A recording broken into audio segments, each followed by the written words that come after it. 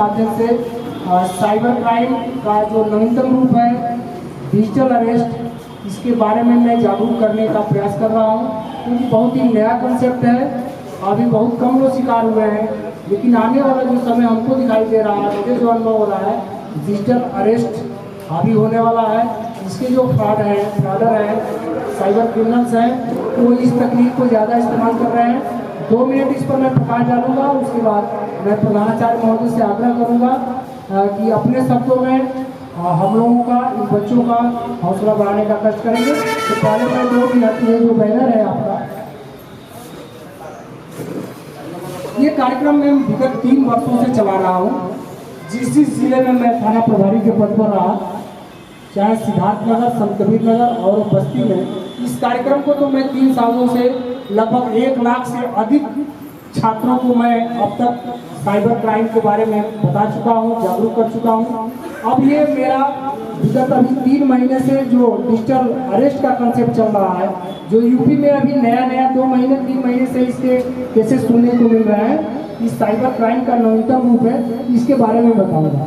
Cyber crime कितने तरह के फ्रॉड हम लोगों के साथ, पढ़े लिखे लोगों के साथ होता है, जिसको आप देख सकते हैं कि credit card fraud, electronic fund transfer fraud, website hack कर लिए जाते हैं, एटीएम डेबिट कार्ड से फ्रॉड हो जाता है, मनी लॉन्ड्रिंग हो जाती है, social media Facebook, WhatsApp, Twitter और इंस्टाग्राम पर अश्लील फोटो, न्यूड फोटो या कमेंट करके इस तरह के भी क्राइम किए जाते हैं। इंटरनेट बैंकिंग फ्रॉड होता है और कंप्यूटर बैंकों से ट्रांसफर हो जाते हैं पैसों का। ये प्राचीनतम साइबर क्राइम के क्राइम हो गए, मैंने ये काफ़ी दिनों से चल रहे हैं। इसके मानिए कि या तो हम हैबिट्स में हमारे आ गया है, और पकड़े इसमें भी अपराधी नहीं जाते हैं, पकड़े इसमें भी अपराधी नहीं जा रहे हैं। लेकिन ये नवीनतम रूप इसलिए इसको बताना जरूरी हो रहा है कि इसके अपराधी आपके सामने नहीं आते हैं। आपसे ओटीपी ले ली जाती है, आपसे कोई सूचना ले ली जाती है, आपके खाते से ट्रांसफर, आपके एटीएम से ट्रांसफर ये हो जाती है। इसमें मुलजिम का, अभियुक्त का, क्रिमिनल्स का चेहरा नहीं दिखाई देता था। इस क्राइम में आपको सीधे मुलजिम का, अभियुक्त का, क्रिमिनल का चेहरा आपके सामने आ रहा है, बावजूद हम सतर्क नहीं हो पा रहे हैं। वो क्रिमिनल प्रॉपर वर्दी में या क्राइम ब्रांच की ड्रेस में या किसी और स्टेट पुलिस की ड्रेस में प्रॉपर आपको वीडियो कॉलिंग कर रहा है। पीछे आपके थाने का बैकग्राउंड दिखाई दे रहा है, थाने का लोगो दिखाई दे रहा है, पुलिस ऑफिस का दिखाई दे रहा है, क्राइम ब्रांच की बिल्डिंग दिखाई दे रही है। वो क्रिमिनल प्रॉपर वर्दी में आपको दिखाई दे रहा है, इंस्पेक्टर है, डीपीएसपी है, एसपी है, आईपीएस है, इस तरह का वर्दी पहने हुए आपको वीडियो कॉल करता है। आप वीडियो कॉल रिसीव करते हैं, आपको इस तरह से बात करेगा, पुलिस की भाषा में लगेगा ये पुलिस वाला ही है। और हर आदमी के अंदर कुछ न कुछ कमी रहती है, चाहे वो पुलिस का आदमी हो, प्रशासन का आदमी हो, आम आदमी हो, बैंक का मैनेजर हो या कोई डॉक्टर हो, इंजीनियर हो, अपने लाइफ में कोई ना कोई कुछ न कुछ कमी किए रहता है। वो उस कमियों को ही पहले सर्च करके आपके बारे में आपकी जितनी जानकारी कर ले रहा है, फिर आपको फोन किया जा रहा है कि आपका लड़का दिल्ली में पढ़ रहा है, आप बताएंगे हाँ पढ़ रहा है, IIT कर रहा है, मेडिकल कर रहा है, आपका लड़का एक रेप का केस में फंस गया, आपकी लड़की इस काम में फंस गई है और हमारी टीम वहाँ गिरफ्तार करने की गई है। लेकिन मैं देखिए, मैं यहाँ का DPSP हूँ, मैं यहाँ का SHO हूँ, मैं आपको अपना समझ के फोन कर रहा हूँ, ये काम करिए, आपको भी पुलिस पकड़ेगी। आप अपने को अपने कमरे में पहले ले जाकर बंद करिए, घर से बाहर मत निकलिए। आपको इस तरह से साइकोलॉजिकल प्रेशर दे रहा है कि आप स्वयं को अपने ही कमरे में कैद कर ले रहे हैं और आपसे वीडियो कॉलिंग के जरिए आपसे ऐप डाउनलोड करा ले रहे हैं। सर, इस ऐप को डाउनलोड करिए और इसमें इस खाते में आप इतना पैसा भेजिए, आपकी पूरी कानूनी तरफ से मैं मदद करूंगा। आप अपने को ही अपने कमरे में अरेस्ट कर ले रहे हैं और उसको आपको बता रहा है कि नया कानून आया है, नए कानून के तहत आपको डिजिटल अरेस्ट किया जाता है।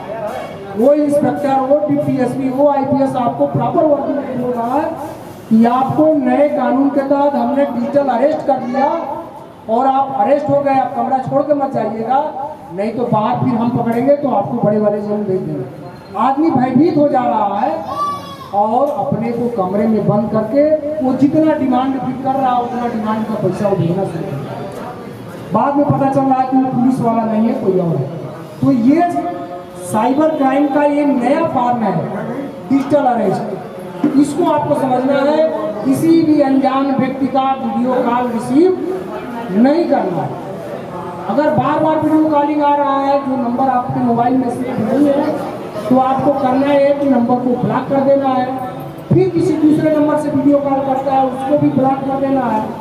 तीसरे से करता है, उसको भी ब्लॉक कर देना है। अगर दिन में ये घटना एक से अधिक बार हो गई तो आप लिखित रूप से कंप्लेन हमारे इस थाने पर, यहाँ पर साइबर सेल का गठन हुआ है और हर थाने पर जहाँ इंस्पेक्टर पोस्ट है, साइबर सेल 5 सदस्यीय साइबर सेल का गठन है और उसका जो इंस्पेक्टर है वो साइबर सेल का प्रभारी है थाने का। तो बेहिचक आपको ये घबराने की जरूरत नहीं है कि आपको मुख्यालय जाना है, वहाँ एप्लीकेशन देना है।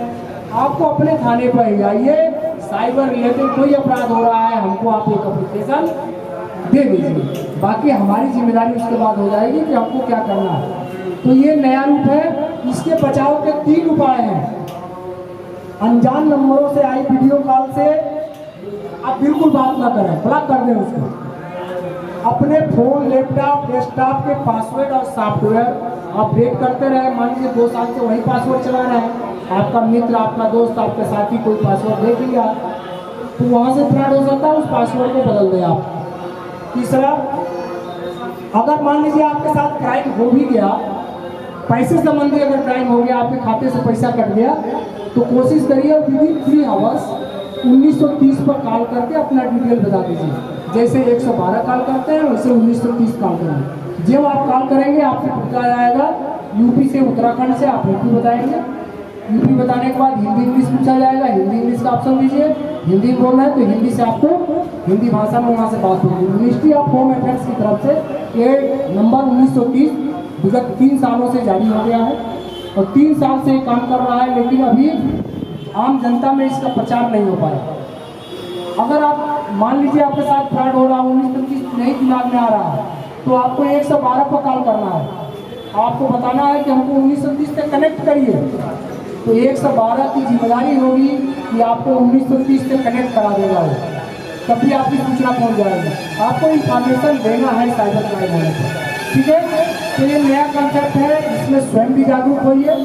किसी वीडियो कॉल पर किसी वर्दी वाले के साथ कोई कानून नहीं आया है जिसमें किसी व्यक्ति को डिजिटल अरेस्ट किया जा सके। अभी भी वही कानून चल रहा है, केवल सेक्शंस बदल रहे हैं।